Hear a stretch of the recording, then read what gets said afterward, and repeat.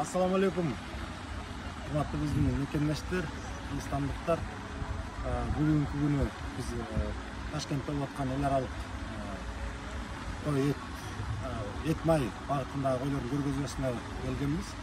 Мына бүгүн убактыбыз бар, сейилдеп ушу Ташкентти аралап жүрөбүз.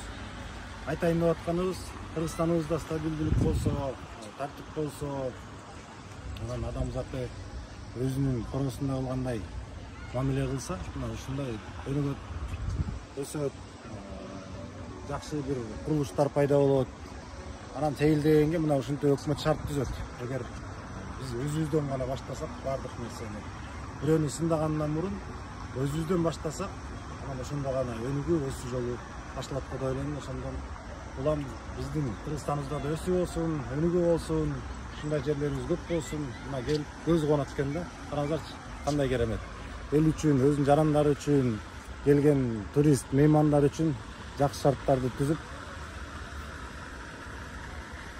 эми кайсысын айталы? Өнүгөлүк, өсөлүк бардыгыбыз тең. Ассаламу алейкум.